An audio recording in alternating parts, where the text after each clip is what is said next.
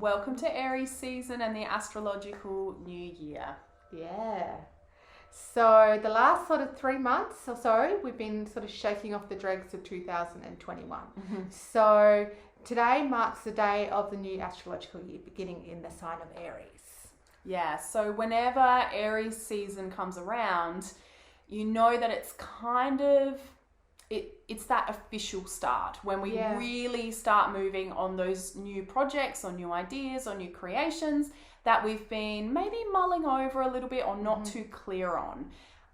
We've just had a whole month in Pisces, with the sun transiting through Pisces. And Pisces season is a really interesting time. It's the last sign of the Zodiac. Very dreamy, very etheric. Yeah.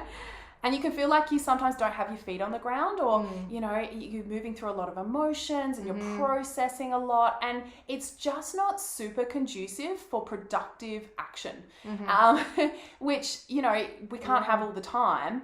And we're just doing a lot of processing, and we're thinking things through, and we're feeling things, and we're increasing our intuition and things like that during Pisces season. So it's also endings. Yeah, it's a sign of death, really, isn't it? Yeah, it's the 12th zodiac sign. So lots of things are ending. So if you've had a lot of endings in your world, know that that's completely normal for this time of year.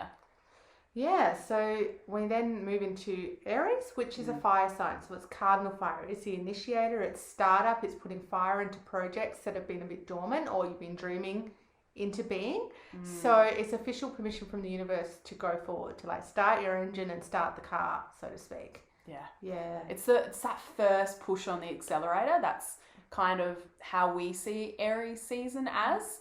It's like that first light of the match. Yeah. And it's not necessarily about holding or maintaining projects. It's actually just about initiating them, like starting them up.